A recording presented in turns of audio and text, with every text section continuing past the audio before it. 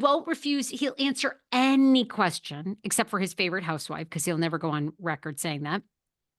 But he's just Lisa genius. Rinna.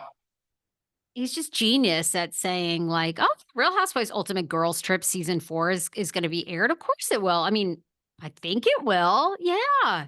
He's just so good. So this is the most direct. I think it is a very bad sign for New Jersey. I got a lot of DMs as well from people that said Margaret Tess very old. I said, I don't notice it, but I've been saying that all season. a lot of people agreed with you and said, no, you're way off. Like, she tests so old. Luann tests young. Like, that's somebody that acts young, looks young. So they're in big trouble. While we're on New Jersey, and we might have a reboot, or we might have no show. I'm still not sure. But I think New Jersey will come back. I just think it's too big. I mean, look, where is Vanderpump Rules? Where is Vanderpump Rules? Like, again, we talked about Atlanta for months while they were trying to figure it out. They're not trying to figure out Vanderpump Rules. It's just paused. I think New Jersey is just going to be paused. So to me, it's like, and I don't think Teresa understands that. I do think Margaret does. Like, if you're making all that money, it's going away for a good year. That's a big difference. Call Sonia Morgan and ask her what it's like to go from the actual RHONY money to the crappy lake money to no money ever again. Not easy. Not easy. I think in general, I've said this, it's the same with what they're doing with BravoCon. I'll be shocked if they bring back BravoCon even in 2025, but I could be wrong. May have to eat crow. I think you're right. I have said they are going the TLC route. They're pulling back on everything. To your point, Real Housewives of New York, the reboot, where has that been? We know they filmed, but why haven't they announced when it's coming back? I think they're slowing everything down. Give people time to go explore other networks. They don't care. There's so much money in these shows. They have so much advertising built up in these shows. They have to keep them running for the next decade. Well, how are you going to do that? Pull back, maybe air 2 a year instead of 5, 6, 7, we're doing it. We're doing it. And let's slowly sink this ship instead of, Yeah. I mean, just it's over. And now, it's over. And let's now squeeze blood from the stone. And if we could still make money for 7 years instead of 2, let's do it. It is over. We have the same result, but we're going to slow it down. I mean, that is what we're doing. And so for everyone, I mean, Dolores doesn't have an alternate income. Yeah, she has Paulie. Margaret, I guess, has Macbeth. I mean, I'd like to, the writing's on the wall. Like, just wake up and realize it and just make a plan. I don't think a Teresa realizes, the pause is not a month, sweetheart. It's an actual, your show is over. No one is calling in August. No one is calling in September. No one is calling in October. No one is calling in November. When we figure this out, and I really don't think it's going to be a reboot, because they didn't reboot Atlanta and they did reboot New York, and it's not such a hit. So I really do think they don't want a reboot. And I don't know. I mean, but Teresa's going to have a job with them, because they know they can't, they let her go.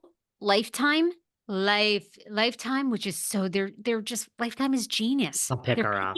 They're picking up these old, and I use the word old, as in, Bravo is going through whatever they're going through. So Bravo is sort of discarding these people, and Lifetime is going, there is a great opportunity. These people have huge followings. Miss Frankel.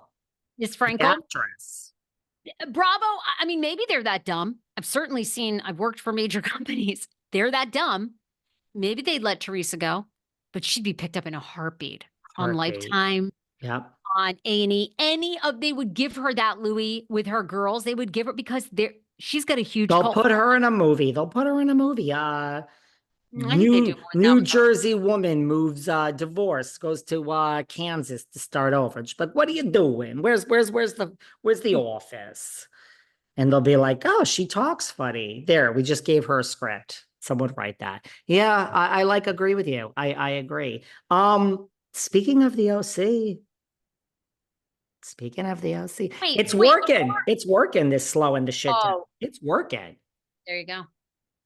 There you go. Wow. I mean, it's working in a huge way. The premiere, Huge. so good. Although the ratings weren't, I thought the premiere was absolutely phenomenal.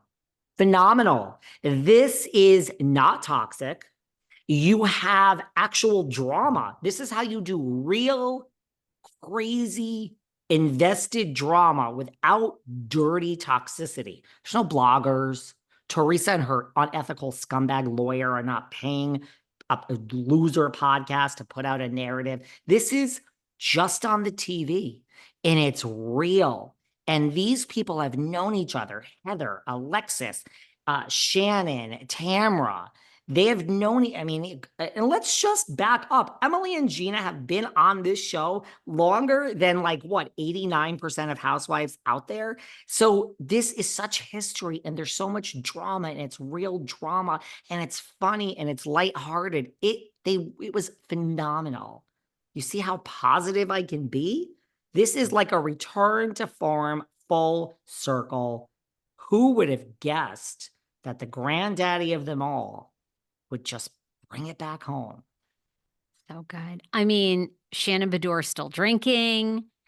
Tamara gives an update on daughter Sydney, the one that she's estranged from. I mean, it's like we have real storylines and depth, and we go back to the personal stuff, and not just all of them, I don't know, getting plastic surgery or whatever.